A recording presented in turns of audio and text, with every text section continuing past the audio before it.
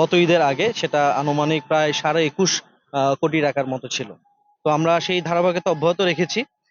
সেটার এই ধারাবাহিকতায় গত 24 ঘন্টায় আমরা আনুমানিক টোটাল ভারতীয় অন্যান্য বিভিন্ন আইটেম আমরা জব্দ করেছি, আটক করেছি।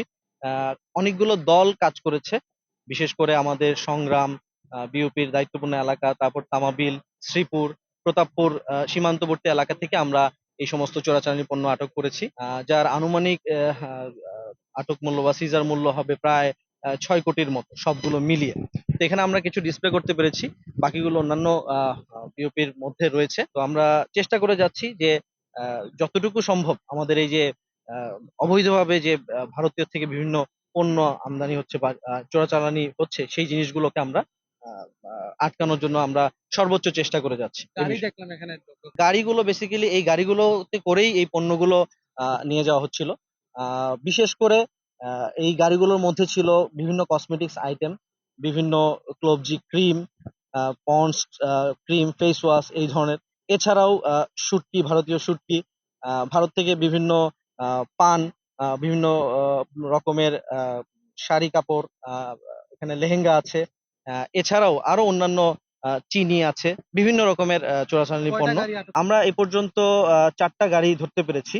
আর আটকের ব্যাপারে যেটা বলবো, আপনারা জানেন যে বরাবরই যেটা হয়, আমরা যেরকম ভাবে আমাদের চেষ্টা অব্যাহত রাখছি, তৎপর আছি আমরা চোরাচালান পণ্য আটক করার জন্য, তেমনি ভাবে যারা চোরাচালানি করে তাদেরও একটা নেটওয়ার্ক থাকে। তো দেখা যায় যে অনেক সময় আমরা পণ্য আটক করতে পারলেও আমরা আহ, তাদেরকে যে মূল হোতা তাদেরকে আটক করতে পারি না। অনেক সময় তারা এই আর্লি ওয়ার্নিং গুলো পেয়ে, বিজিবির উপস্থিতি টের পেয়ে বেসিক্যালি ওরা চলে যায়।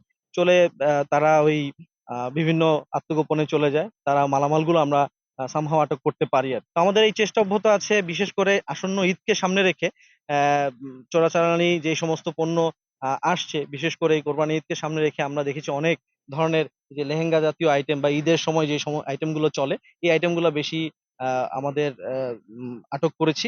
আমরা চেষ্টা করে যাচ্ছি আর কি আমাদের সাধ্যের আপনি সর্বোচ্চ। দায়িত্ব নেওয়ার পর আমরা বিশেষ করে 48 বিজিবি আমরা উপরস্থ সদর দপ্তরের নির্দেশ অনুযায়ী এই সিলেট সেক্টরে, আমি বলবো আমাদের সিলেট সেক্টরেই কিন্তু এই সিজারের পরিমাণটা অনেক বেশি অন্যান্য জায়গার চাইতে।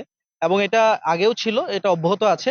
আমি আসার পরেই যে এটা বেড়েছে এটা এরকম না। কোনো ব্যক্তিকে আটক করা যায় না কেন? আহ আপনাকে যেটা বললাম যে সবসময় যে জিনিসটা হয় যে আমরা যখন একটা টিমে কাজ করি তখন এই গোপনীয়তা রক্ষা করেই কাজ করতে হয়। বাট পরবর্তীতে দেখা যায় যে যখন আমরা ফাইনাল মোমেন্টে যখন এটা অ্যাম্বুশ করে যখন আমরা আটক করতে যাই, ওদেরও একটা সক্রিয় টিম কাজ করে, যেটা ওরা আর্লি ওয়ার্নিং পেয়ে বেসিক্যালি তারা ওই যখন আমরা ফাইনাল মোমেন্টে ওদেরকে আমরা আটক করার চেষ্টা করি, তখন তারা ছুটে চলে যায় আর কি। তো আলটিমেটলি ওই আমরা যে মালামালগুলো সেগুলো রক্ষা করতে পারি। আর বাকি ওদেরকে অনেক সময় ধরা যায় না, বাট আমাদের চেষ্টা অব্যাহত আছে যেন আমরা ওদেরকে আটক করতে পারি। বিশেষ করে আইন শৃঙ্খলা বাহিনীর সাথেও আমাদের সেই কোঅর্ডিনেশনটা আছে, যারা মূল হোতা তাদেরকে যেন আমরা জব্দ করতে পারি আর কি।